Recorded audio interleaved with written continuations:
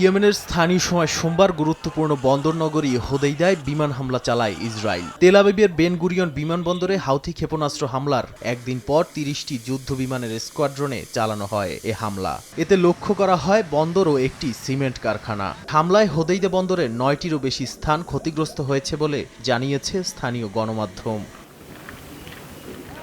Israeli সেনাদের দাবি, হাউথিদের গোপন আস্তানা ও সামরিক অবকাঠামো তৈরির মূল উৎস ছিল সেখানে। তেল আবিবের গণমাধ্যম জানায়, এই অভিযানে ফেলা হয় অন্তত ৪৮টি বোমা। বন্দর এলাকায় ব্যাপক ক্ষয়ক্ষতির পাশাপাশি হতাহতের শিকার হন বেশ কয়েকজন।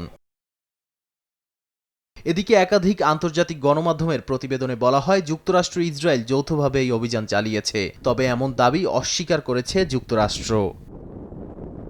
নাদিম মারজান, সময় সংবাদ।